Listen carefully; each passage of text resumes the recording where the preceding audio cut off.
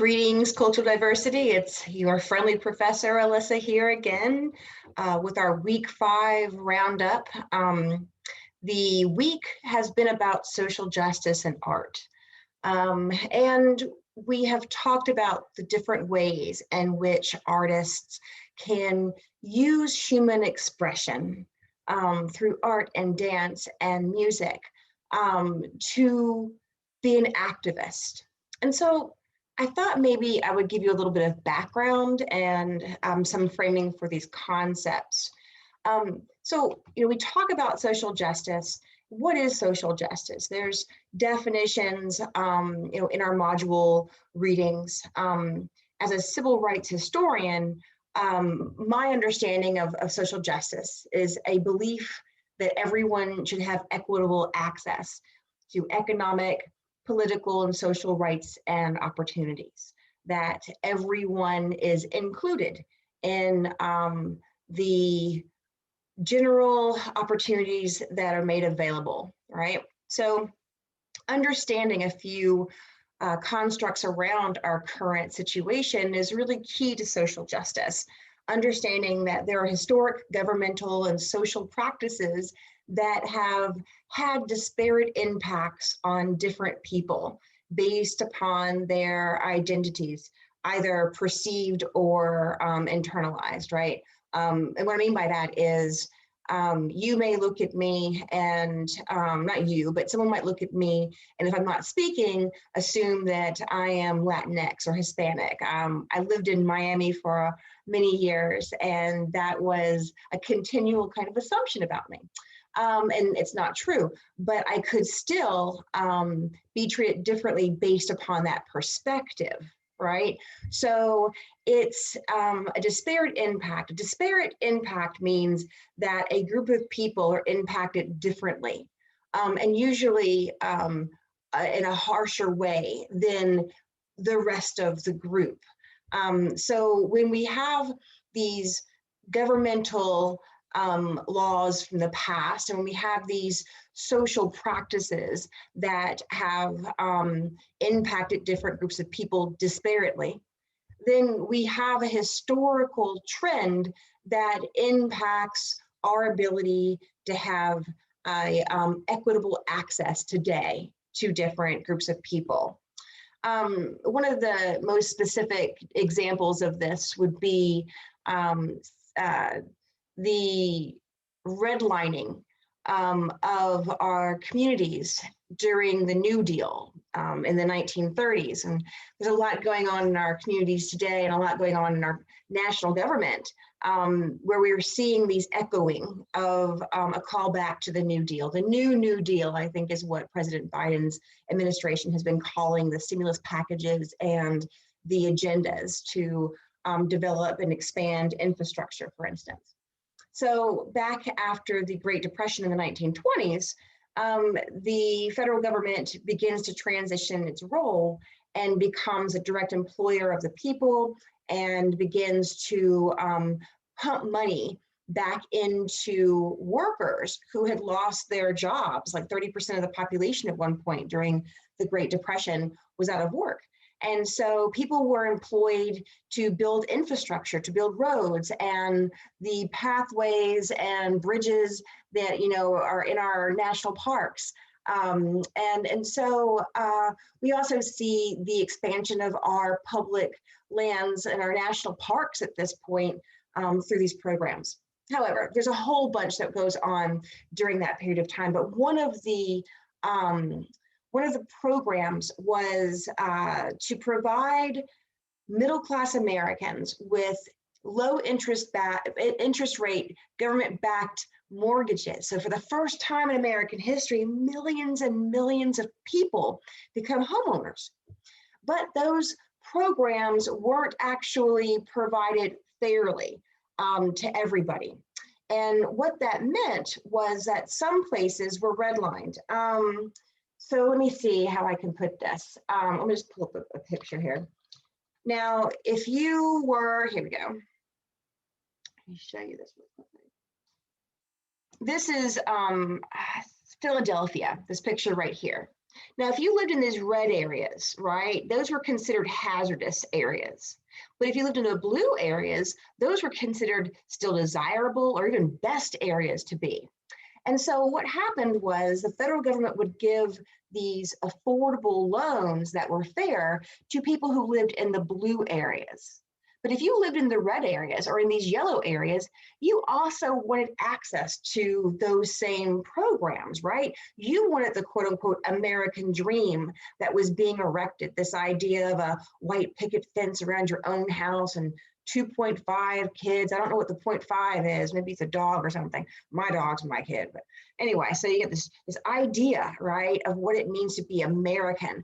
And that's coming on the heels of this economic crash, that's coming on the heels of like this prosperity that had come from World War One. And we've been this, amazing manufacturing country for about 30 years now. And when World War One, happened, Europe is destroyed. And so the United States gets this uplift of economic boost because we're able to still manufacture all the stuff. And people are trying to come in. People have been trying to come to the United States and in large numbers from Europe and Eastern Europe specifically since about the turn of the 20th century. And there was a lot of nativism that was going on. And what that means is there was a pushback against immigration that occurred in the 1920s. And let me show you right now, like the 1924, and I might have a picture of this in the slides coming up. But for instance, there was this 1924 Immigration Act that filtered down who could come into the United States from Europe and Eastern Europe and from anywhere else in the world, actually. And they said, okay, 3% of the population that is here can come, right? But it's 3%, and this is 1924, it's 3% of the people who came in like 1880. And that was before Eastern Europeans started coming in. So now you're only talking about, very Western European countries. My point is that at this period of time, right, we're seeing these marginalizations of certain group of people. And if you were in some neighborhoods, it might be Black neighborhoods. If you were in Massachusetts, it might be Polish neighborhoods. Whatever it is, there was this other group of people, right? And so they weren't given the same loans that were given to the people in the blue areas, but you still want to have that house. And, you're going to go and try to find a loan. It's just not going to be the same fair loan. So you're not going to pay it off in the same amount of time. You might not even, make money. You might lose your home. But even if you stay in your home, you're probably working a job where you're not getting as much money, right? And so you're paying more for your house. You're not really getting ahead. But if I'm in this blue neighborhood here, I might pay my house off and be able to tap into that to send my kid to college, or I can move into a better neighborhood. Anyway it goes, the people that I'm living around, they're the ones who have the opportunity. So my kid is going to know the people for the next job. They're going to have the infrastructure to get on the buses to go to the schools that are right there. They're going to have, healthy grocery stores moving forward. And in these red neighborhoods, well, what's going to start to happen is we're going to start to see predatory lenders come into those neighborhoods. And you won't see the pretty grocery stores and the banks with the manicured bushes. You're going to find these buy here, pay here places, these liquor stores next to pawn shops, next to these credit lenders, all of these different types of institutional it's hard to come up with something that's fair here. You're going to come up against these institutional pressures, right, in neighborhoods. That's going to say, if you're living in this red neighborhood, more than likely your credit will be impacted earlier on, and you're not going to have the same kind of opportunities. And that leads forward generationally. So my point is, when we talk about social justice, we have to think about what that concept means, not just in whether or not we all, from this moment forward, if we apply for a job, we're no longer going to be, considered based upon our nationality or our national origin, or our race or our gender. But we got to think about what the long-term impact of these historic governmental and social practices has been and continues to be on our country today. So social justice requires a consideration on how to create equity. And equity, we've talked about it in our class, but this is the idea, right? That's sometimes confused with equality, because equality is, if we're all even, right? And we all have the same everything and we can all move forward, then we're equal. And I know some of you will say, well, Alyssa, it's a fantasy world where we live somewhere where everyone has, pure equal status. And especially in a country where we have a representative democracy and we have a open market based upon a capitalistic system. And I would agree, right? There's never supposed to be in the system that we have, a full, everyone just gets same money. That would be more like communism with, all of business and all of that being held by the government for the quote unquote people. But, at the same time, for us to have a society that speaks to the values and principles of, what's embodied in the Bill of Rights, we have to be seeking to expand equality. And the way that we do that is by understanding what equity means, which is the state or quality or idea of being just and impartial. To become equal, we have to be more equity minded. And that requires that, we promote fairness and justice through action. And see, the idea of social justice really is not compatible with discrimination. And we face a lot of discrimination in this country. It doesn't matter what group you belong to, in some ways, right, you're feeling some impacts of discrimination.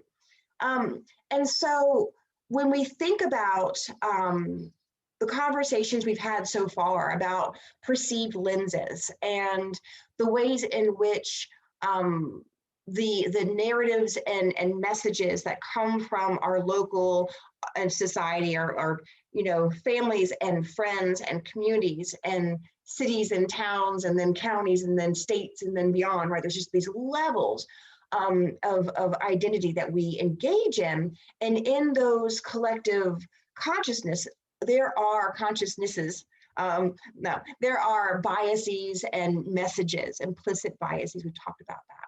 So discrimination, plays out because of the identities that we have, and yet we have to have those identities. So it is hard to strike a balance. And it's hard, to find ways all the time to be fair. But I believe, as a social justice educator and a civil rights historian, a legal historian of the United States history, I believe that we can strive for a better understanding of who we are, and that will help us to find ways to create equity amongst us. And we can do that by contextualizing where we are by looking at the past. So that's what I want to continue to do. So here we go. So far, so good. We've gotten through a lot for 3 minutes, so I'm happy about that. So there are different types of social justice issues. There's intersocial treatment, which is the treatment of certain groups of people based upon personally held biases or prejudices, right? And these can manifest in different ways, right? People being treated differently based upon what we understand to be largely classes of people today. The idea of classes of people comes from the interpretation of the 14th Amendment by the Supreme Court in the slaughterhouse cases from 1883. And in the slaughterhouse cases, it's actually the 13th Amendment that's referenced in this case. But the Supreme Court says that, to be able to bring an issue or a claim of discrimination forward, you have to show that you're violating a law. And the law that we'd be looking for when it comes to discrimination of people would be the 13th Amendment, which says that no person shall be, enslaved. That is a class of people, the Supreme Court said. And that is, race-based class discrimination. And over the course of time, we have expanded that concept of classes of people that have to be protected from discrimination. To include different types of classes, right? And this all becomes part of the expansion of the 14th Amendment's protection, the equal protection clause. And it's not that what's happening now isn't what the founders understood. The founders did not write the equal protection clause. Congress did that in a post-Civil War era, and the majority of the states approved it, and it was ratified into an amendment into the Constitution. So the equal protection clause that says that you have both a state citizenship and a federal citizenship, and the state has no right to impede on your federal protections being what you find in the Bill of Rights, right?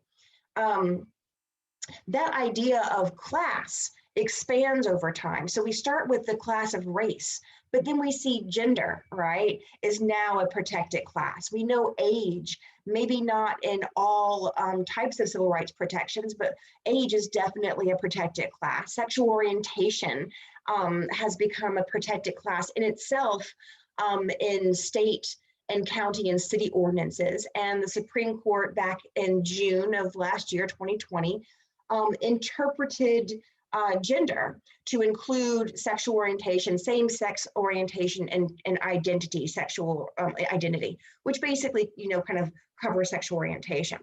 So we also see religion, right, being a protected class.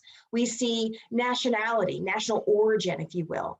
Other types of treatments that can be different. There are people who are treated differently based upon their education, right? And then, of course, we know that ability has been an area. We have the ADA, the 1990 Americans with Disabilities Act, the Section 504 that talks about, accessibility of public spaces, and, titles within the educational acts that say that we have to, treat people the same, no matter, these different protected classes. So, when we have this intersocial treatment of people, right, it can become something that comes out of just our social norms, but it can also be something that's governmentally established. So unequal governmental regulation is another type of social justice issue.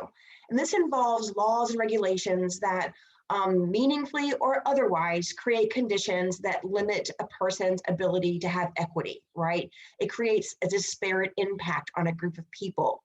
And laws can intentionally or unintentionally create conditions that challenge social justice. For instance, an explicit form of governmental regulation are laws that say there's going to be a differential treatment for people based upon their status.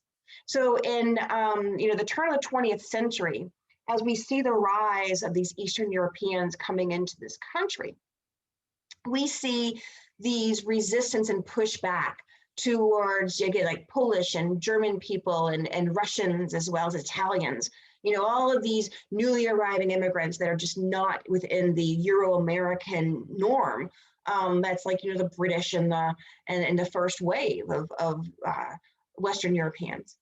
And so there's a rise of this understanding that there are people who are inferior. Of course, we already have that structure, but also undesirable.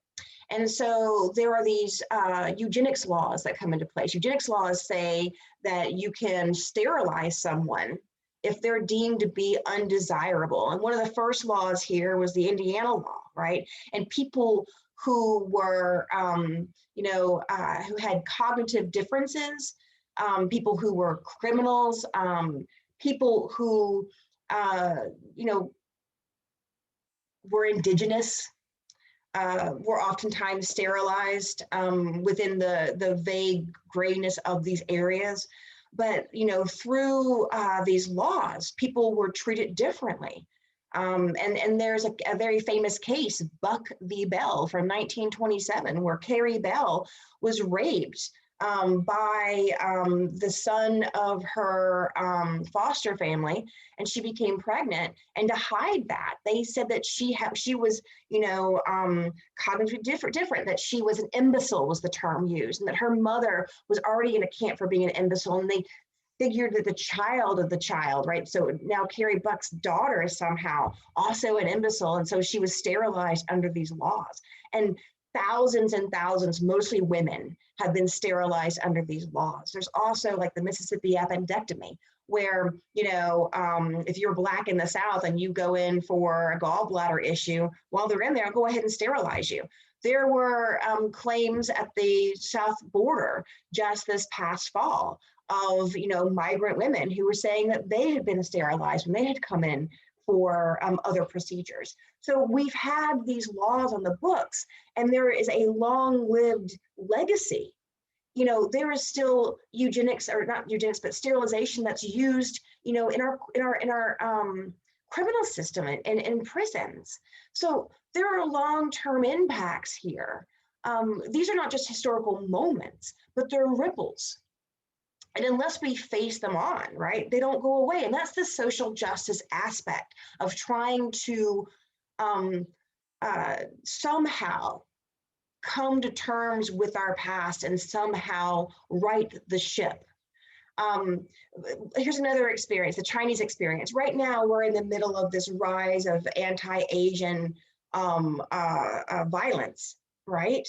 It's not new, this phenomenon. And the anti-Asian phenomenon is not new either. But this intolerance to others, right, is something that is cyclical and has a causality in it that comes from the rise of resistance to what we have been and what we've always been, which is, a country of immigrants. But here's a good example. So, when the West opened up and the war is over and we're in the middle of the second industrial revolution, and we are on the march towards becoming a global manufacturer of stuff, just all the stuff, right? We are making money. And we are expanding very quickly out west. So we need people to come in and help build the roads, help build the railroads, help put in the telegraph wires. We need people out west that is settling the land in the Euro-American way, which is to cultivate large parts of land, under one or two single cash crops.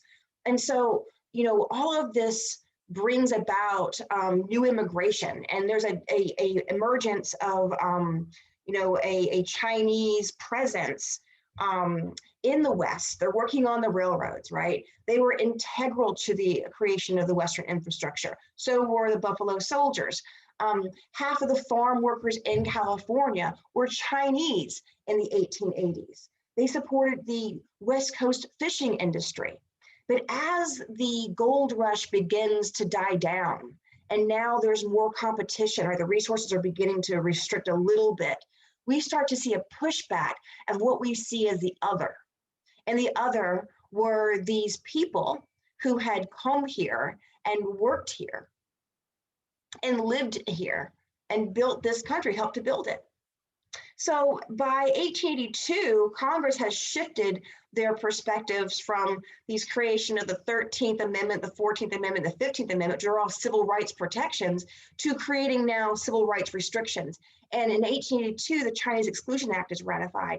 It bars Chinese immigrants from becoming citizens, and it's going to bar them from coming over, right? And if you don't have your dog tags or your identification papers, you're going to be deported. Excuse me. And so we see, declining numbers. The first of the Chinese immigrants to be blocked were women, right? The men were still kind of laboring, but we don't want the women to come in, because if the women come in, they'll start having babies, and then we have a tricky situation. And what comes out of this is mob violence and discrimination. And this 10-year moratorium, right, came with a propaganda machine behind it. I mean, look at this image here. Don't use this if you want to be dirty. So what this image is an image trying to get the American people on board to support the exclusion of Chinese immigrants and Chinese Americans. from this idea of protection of citizenship, right? And so we see these racialized propaganda images. You see the sun in the background, right? This like threat of some kind of, impending, Asian rise of power here. We have Uncle Sam, as always. Uncle Sam is very much, a blonde white. This is also part of the time where the structure, the nativist structure, was about the idea of separating the European whiteness into different types of whiteness, so that the idea is that only those of the very Western European set come from Roman descent. Anyway, so this is part of what we're seeing here, this imagery.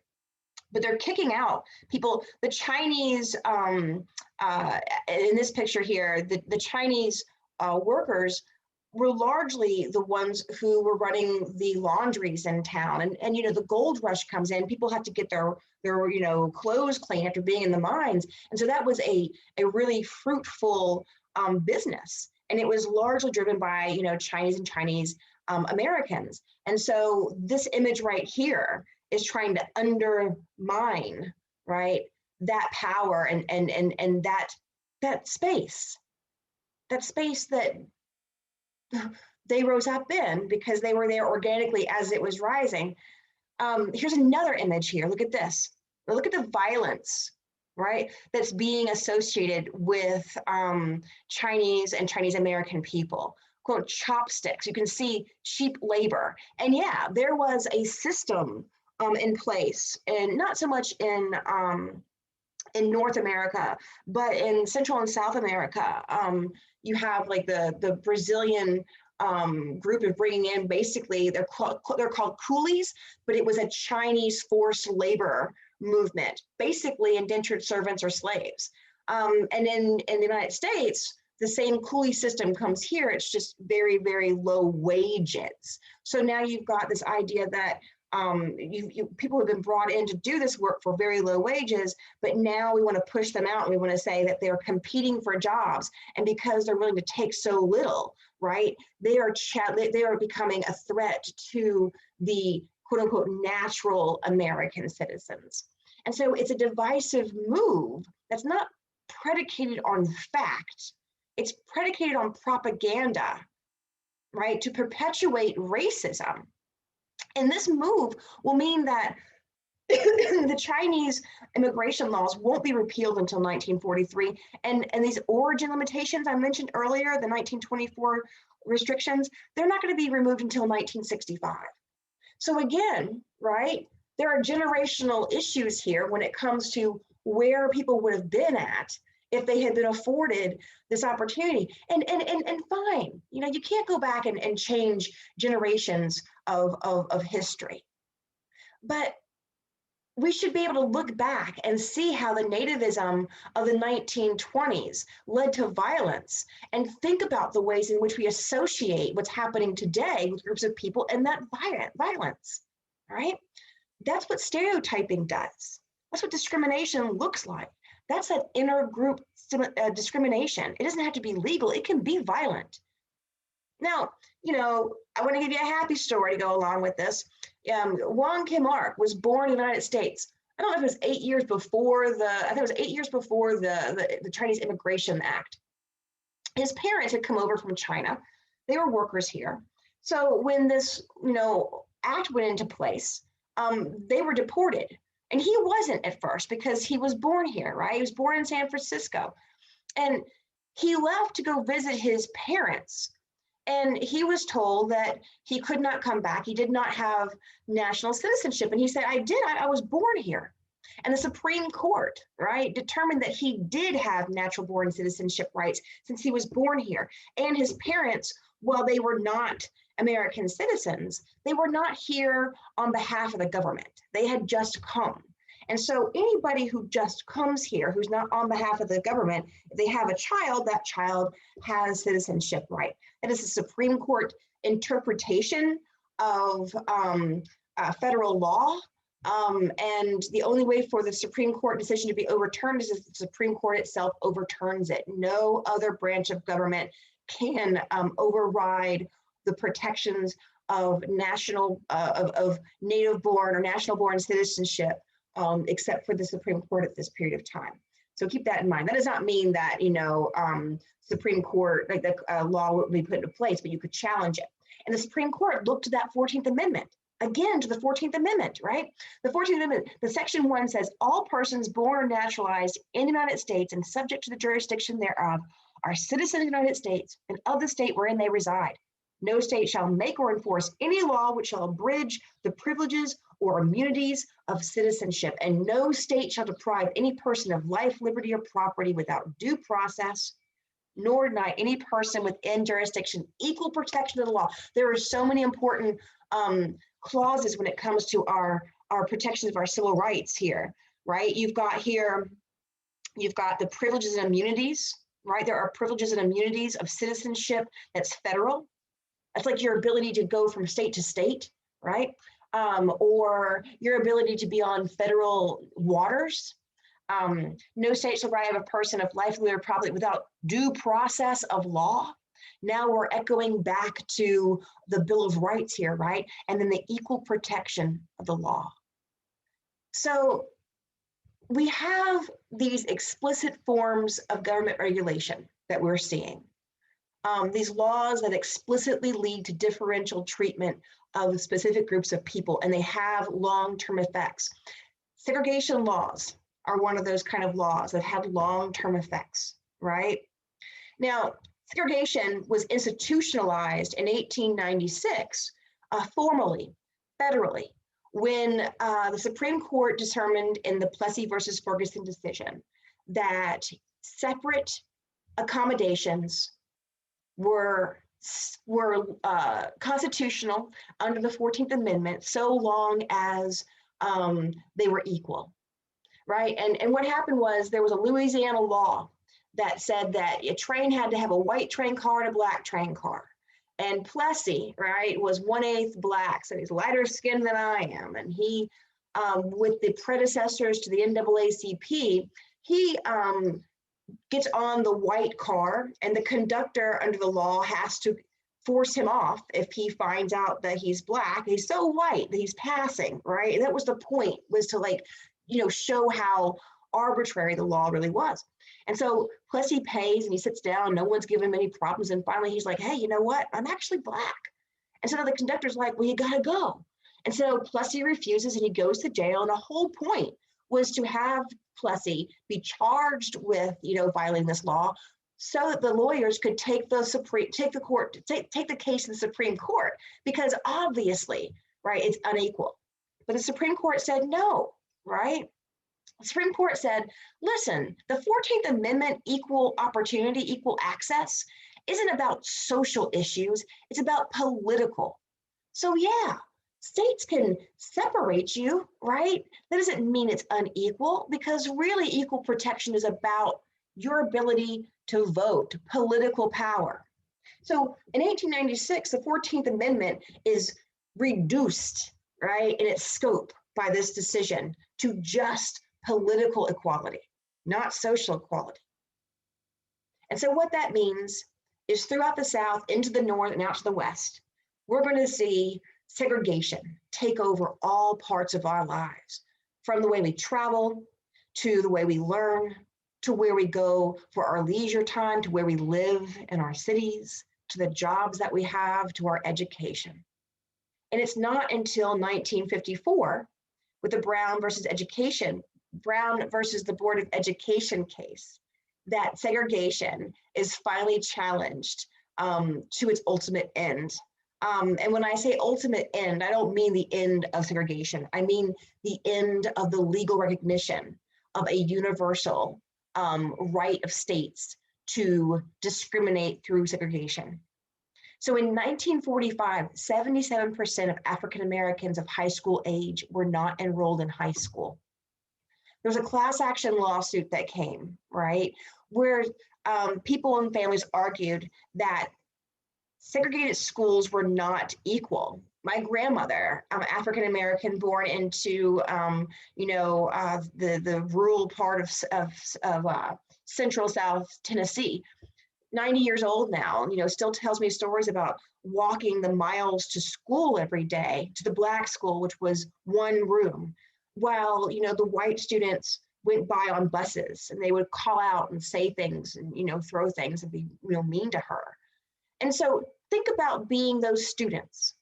Think about the messages of watching some students walk to a one-room building and you're on a bus going somewhere else.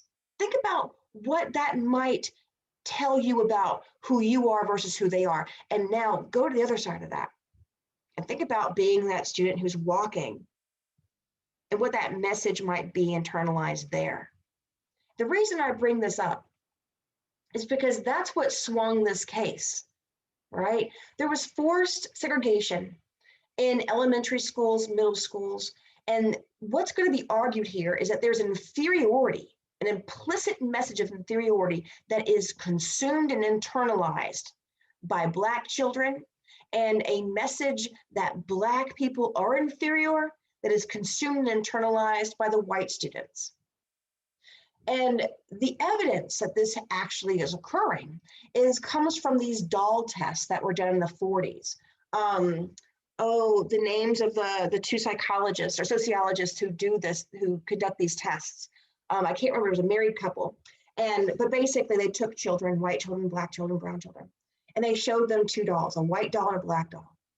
And they would ask these children, which doll is the pretty doll? Which doll is the ugly doll? Which doll is the good doll? Which doll is the bad doll? Which doll looks like you?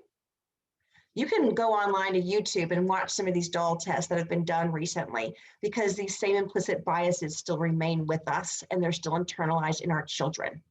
But more than not, the Black children would point to the white doll for positive, as the white kids would do, and they would point to the Black doll for, things that were negative. And so there is this complexity, right? This internalized issues of race. And there's an association with an inferiority complex that comes with color that is inherent in a system of segregation. And a unanimous white Supreme Court, right, said that yes, these tests proved that there is a large impact. Education is an important state and local governmental function, and that children, right, should not be separated based solely on race, because it, quote, generates a feeling of inferiority as to their status in the community that may affect their health and minds in a way unlikely ever to be undone. So we've seen these types of impacts. And when I say that, there's a continued ripple, the 1954 decision came from the Supreme Court, but the states did not begin to implement it right away. I mean, if you're in the South, Florida didn't integrate fully until the 80s. Boston didn't integrate fully until like the 80s. So there's a resistance that is long-lived, right? And if this is what you've grown up to see, that the nice, clean, new refrigerated water was off limits, and what you got was a dirty, warm spout, if that's just one element of what it looked like, maybe we can start to see how the implicit biases, right, are so hard to erase, and how those implicit biases have led to further marginalization over time. And so where we are today is still in the wake of those messages. There's other types of explicit forms of governmental regulation. Explicit are laws that lead to different treatment, but they're not specifically targeting a group of people. Felony disenfranchisement is a good example of that. You see here that based upon state, depends on whether or not you'll be able to vote again, right? And so if you are in Vermont or New Hampshire and you are convicted of a felon, you are still able to vote while you're even in prison. And then these blue states will allow you to where is it? these blue states allow you to, as soon as you come out of prison, and then the red states will allow inmates and parolees, inmates and probationers, and the black states are the ones that limit or deny ex-felons their right to vote. So you can see that, you know, if there are groups of people who go to jail, all right, more often because their communities are targeted, you know, there's plenty of evidence that shows that, like, marijuana use, for instance, is equal between different groups of people. It's not a race-based issue, but more likely, right, more often is a person of color who is being arrested for that or being investigated for that, not because they're doing it more, but because there's a focus. There is a internalized message about who is a criminal in this country.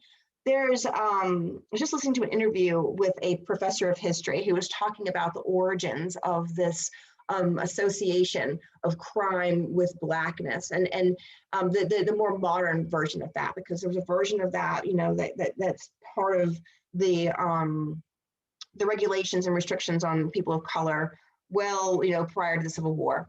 But I don't want to go down that road. I want to talk about, you know, why it is that we have these issues here, and just give you some specific examples. So, you know, we've talked about, you know, segregation laws. Here's felony laws that limit voting rights. You know, as you can see, you know, we're seeing some push on this, some movement, but disenfranchisement is by state. And so there's 16 states that, you know, felons lose their voting rights while incarcerated, but they get them back. 21 states, you know, you lose it, but you get it back. You know, then there's 11 states that you're not going to get it back. You know, and one of those is Florida. 6.1 million Americans cannot vote. 1 in 13 Americans versus 1 in 56 non-Black voters. So this is not implicitly racist, but the impact has a disparate, you know, the impact is disparate in that one group of people in this country, right, have a heavier impact from this regulation. So going back to Florida, just a few years ago, if you were, well, 3 years ago, I guess, you know, if you had been convicted of felon, you'd have to go in front of the Florida's Clemency Board. And the Clemency Board was a board of appointees by the governor. And you'd go in and you'd ask to get your rights back to vote. And they would decide whether or not you would get your rights back. And they did not have formal laws or formal rules that were set down they had to follow. It was arbitrary, right? Very arbitrary. And in fact, the governor here was quoted, "This is a board of clemency. There is no law we are following. We get to make our decisions based upon our own beliefs. There are no standards. This is a court of mercy. If you walk up and say, I deserve something, that is not how this works." This is what he's saying to people who are asking for their rights to vote again after they've served their time. He's saying that it's just up to whether or not they want to. There's no real standards here, but if they want to. 2017, he says there's absolutely no standards, so we can make any decision that we want. This is all on film. So if you question where I'm getting my resources, you can go look at the primary evidence yourself, right? One of the board members was a CFO, right? Asked citizens when they came in to get their rights back whether or not they went to church. Asked a Black man how many children he had from how many different mothers. So, in the end, in 2018, only 78 people out of 1.5 million former felons received restoration of voting rights. 78 people out of 1.5. So the voters took this to the ballot, right? And they approved a measure to end the state's lifelong prohibition of voting rights for ex-felons. Understand, remember when I talked to you about just a little while ago about the Plessy versus Ferguson decision and how the Supreme Court said that, your 14th Amendment right was about your political rights to vote. As soon as they said that, right, there are laws put into place to restrict voting. If you don't have a vote, then you're not actually being able to engage in the progress that's happening in this country. So you haven't been fully a part of the choices and decisions that have been going on for so long. The long waves of impact from this history ripples forward. And so The voters approve, right? And they say no more clemency board, you get your rights back. And so the state once again maneuvers to limit these ex-felons. Remember, largely people of color. That's a whole political bloc. Think about how Florida, is on this political balance here, right? This is just facts. I'm just telling you facts here. The state, in response to the voters, the state then says, fine, no more clemency, but voters are going to have to pay off all of their outstanding court debts before they're eligible to vote. So now you have a class impact as well. May of 2020, the US struck down much of the new law, but there's still an appeals decision that's coming. So we have these explicit forms of regulation, laws that are explicitly led to differential treatment, right? We have segregation laws, we have felony laws that limit voting rights. I mean, felons themselves are not just a racial group, but they are a group of people, right? A class of people. Veterans are a class of people. Doctors are a class of people, right? But this is a group of people that is being targeted and treated differently across the country when it comes to their ability to engage in both their federal and their state citizenship.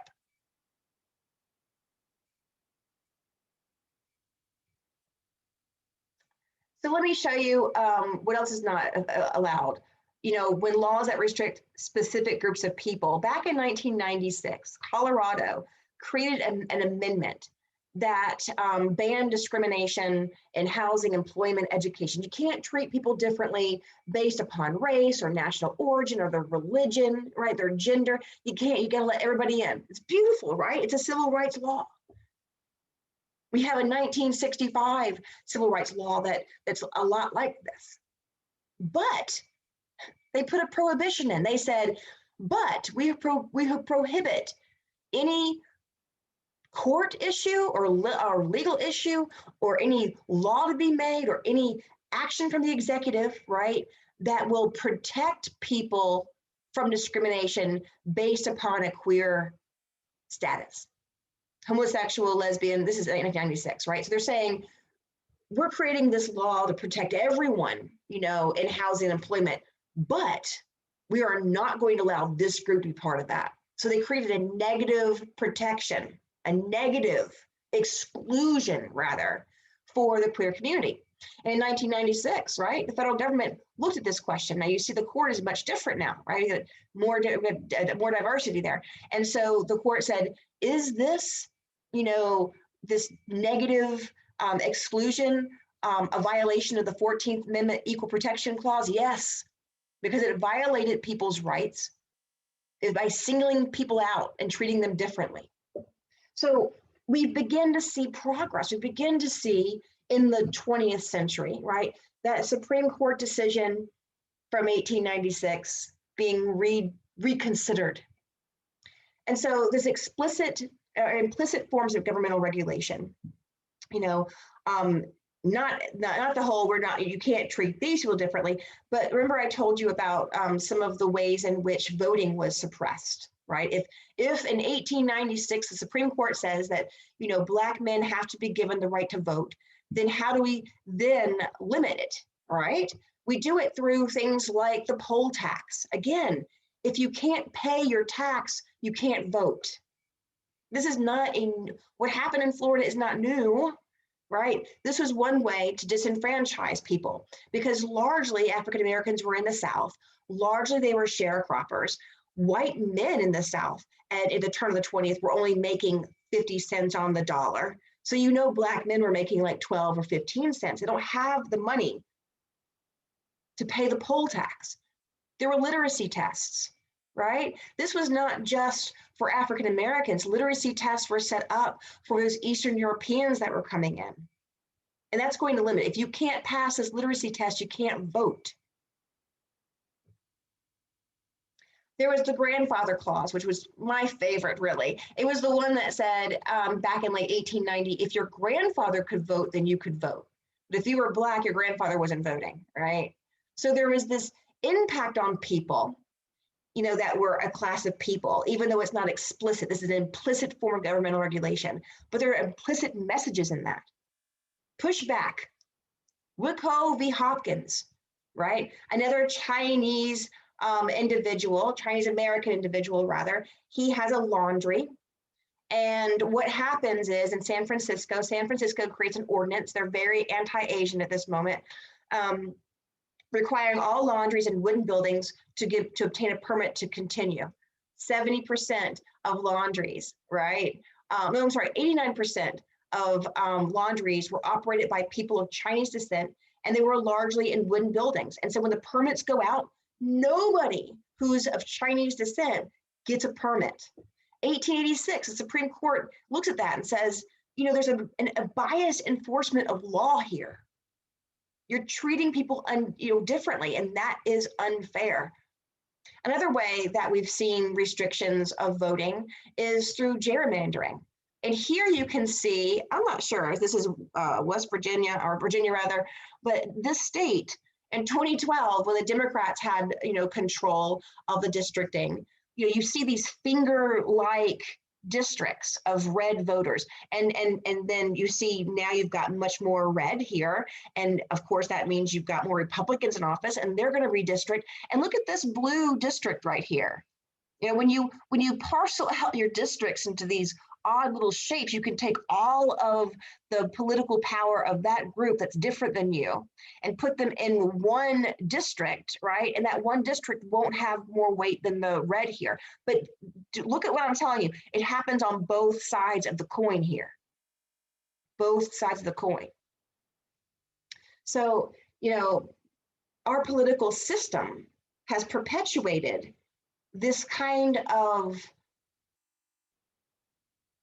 disenfranchisement of the other, whether it be someone of a different national origin or color or political party.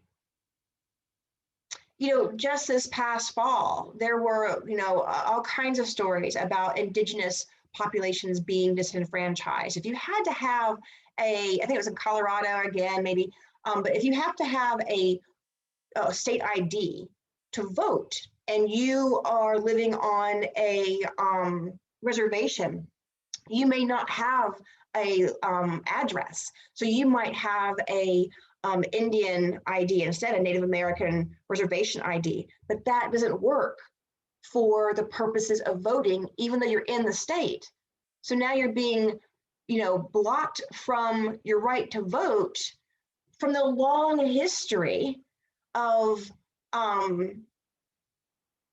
separation, segregation, and removal, right? Indigenous people have been constantly, since the age of Jefferson, being forced off land into smaller and smaller pieces of land into areas of the country that are least desirable, right? And then being economically isolated there. So there are so many layers of issues that come from this history.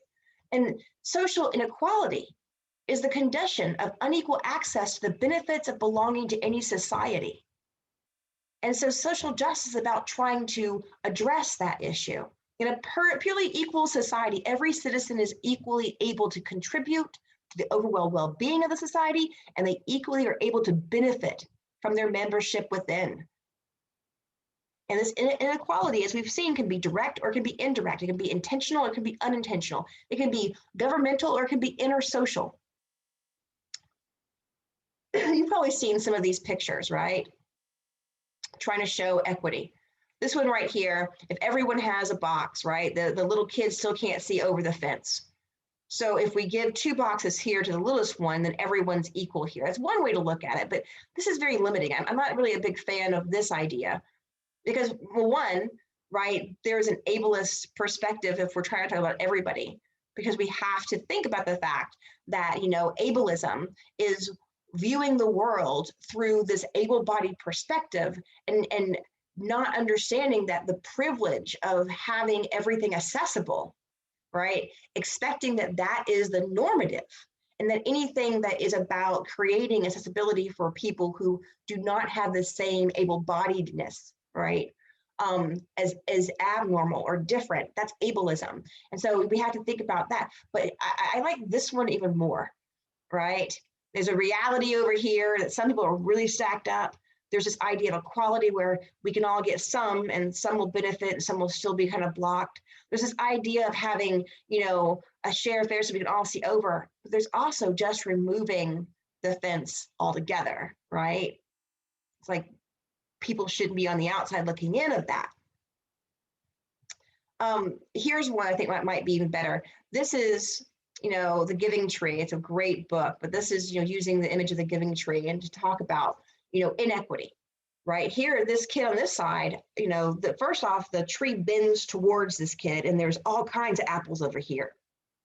So if we were to try to be more equal, right, we'd give both the kids a ladder so they can get to the tree. But if it's bent over, right, this kid's going to have a lot of access and there still really isn't any access for the kid on the right-hand side. Now, if we talk about equity, then, the kid on the left-hand side has a smaller ladder, right, because it doesn't need to be as tall. So the longer ladder's over here so the kid can get to the tree. But justice is pushing that tree back up and putting apples on both sides of that tree. So it might be that in order to make this equitable and just, there has to be a pushback here, right? There has to be some extra work besides just giving over two ladders for us to have a just system.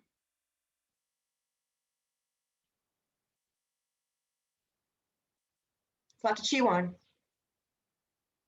I'll see you soon.